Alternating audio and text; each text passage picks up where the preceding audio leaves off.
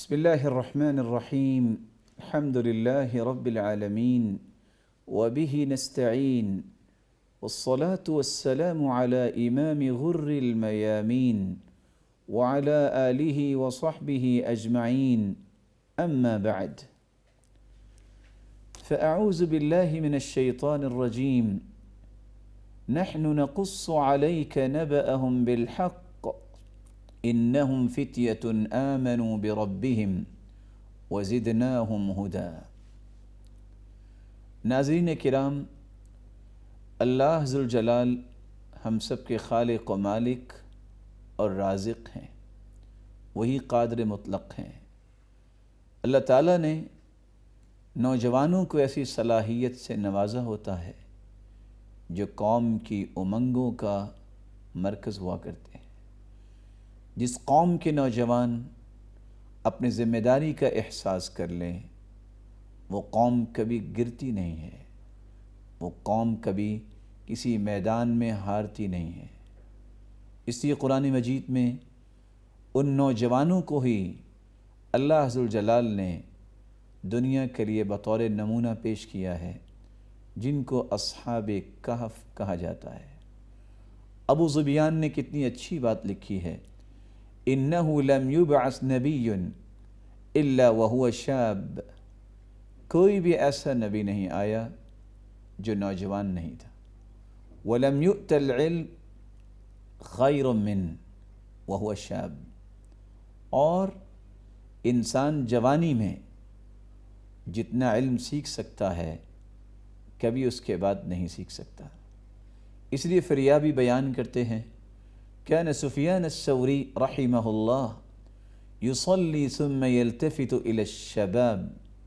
سفیان ثوری رحمۃ اللہ علیہ جب نماز پڑھتے تو نماز سے فارغ ہو کے نوجوانوں کی طرف متوجہ ہو کے فرمایا کرتے، اذا لم تصلوا اليوم فمتى۔ نوجوانوں، آج تم اگر نماز نہیں پڑھو گے تو آخر کب پڑھو گے؟ اور مالک بن دینار کہا کرتے تھے، انما الخیر فی الشباب۔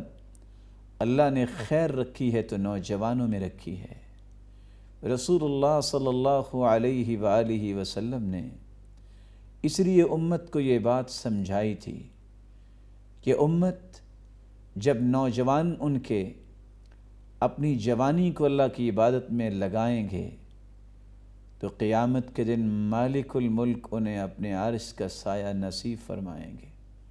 سبعۃ یظلھم اللہ فی ظلہ یوم لا ظل الا ظلہ، الامام العادل والشاب نشأ فی عبادۃ اللہ عز وجل۔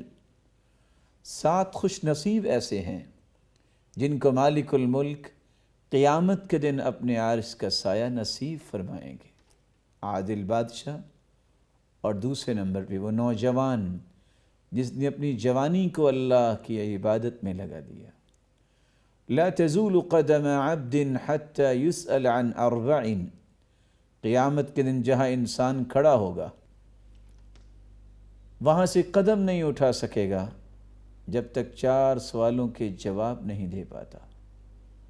عن علمہ ما عمل به، اس نے جو علم سیکھا عمل کتنا کیا۔ وعن شبابہ فیما ابلاہ، اپنی جوانی کے بارے میں اسے سوال کا جواب دینا ہوگا کہ یہ جوانی کہاں لگائی۔ من این اکتسبہ، وعن مالہ من این اکتسبہ وفیما انفقہ، اور مال کے بارے میں پوچھا جائے گا تم نے یہ کہاں سے لیا اور پھر تم نے کہاں اس کو خرچ کیا۔ اس لیے رسول اللہ صلی اللہ علیہ وآلہ وسلم نے فرمایا تھا، اغتنم 5 قبل 5۔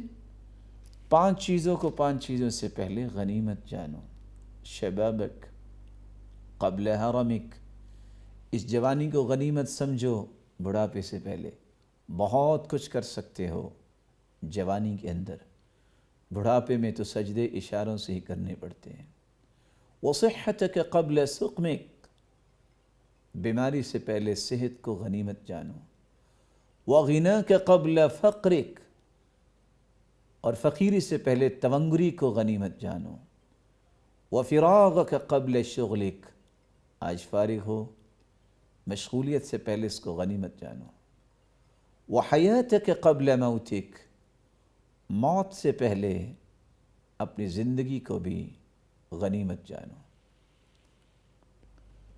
رسول اللہ صلی اللہ علیہ وآلہ وسلم کے صحابہ اسی بات کو سمجھتے، اسی طریقے کے مطابق وہ اپنے بعد میں آنے والوں کے لیے باتیں چھوڑ کے گئے۔ حسن بصری رحمۃ اللہ علیہ اس لیے کہا کرتے تھے، یا معشر الشباب، نوجوانوں، ایاکم والتسویف، تسویف سے بچ جاؤ، میں کل کروں گا، ان قریب میں یہ کام کروں گا، سوف افعل، سوف افعل، شاید کہ یہ بات ہی رہ جائے اور شام کا سورج غروب ہونے سے پہلے تیری زندگی کا کہیں سورج غروب نہ ہو جائے۔